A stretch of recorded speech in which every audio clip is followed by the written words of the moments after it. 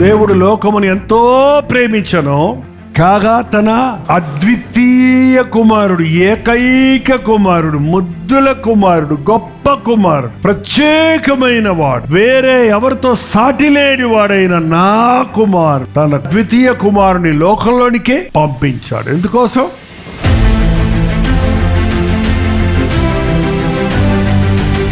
ఎందుకు ఈ లోకంలోనికి వచ్చాడు ఆయన? సర్వ మానవాళి కొరకు తన ప్రాణాన్ని అర్పించడానికే వచ్చాడు ఆయన, సిలువ వేయబడడానికే వచ్చాడు ఆయన. కాబట్టి తన అద్వితీయ కుమారుని యందు విశ్వాసం ఉంచువాడు నశింపక నిత్య జీవం పొందినట్లుగా, యేసుక్రీస్తు రక్తము ద్వారా విమోచించబడిన వారికి ఆశీర్వాదకరమైన జీవితం మాత్రమే కాదు, నిత్య జీవం ఇవ్వడానికి వచ్చాడు. పరలోక రాజ్య వారసులుగా మనల్ని చేసుకోవడానికి ప్రభువు ఈ లోకంలోనికి వచ్చాడు.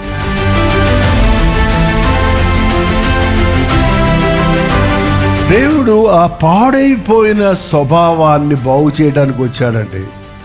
ఇక్కడున్న రొట్టె ద్రాక్షరసం వరకే ఇది ఆచారం కాదు.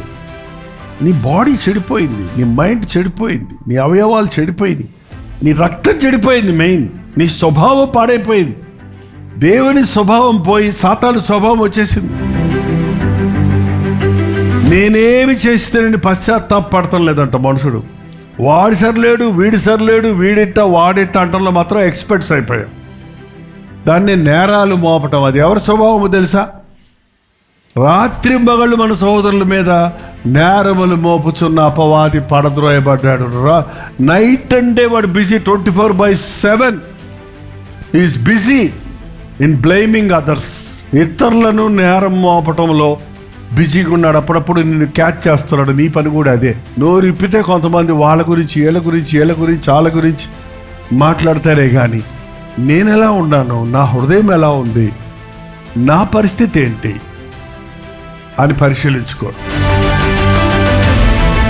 ఈ స్వభావాన్ని మనం ఓవర్కమ్ చేయాలంటే మన రక్తం పరిశుద్ధపరచబడాలి.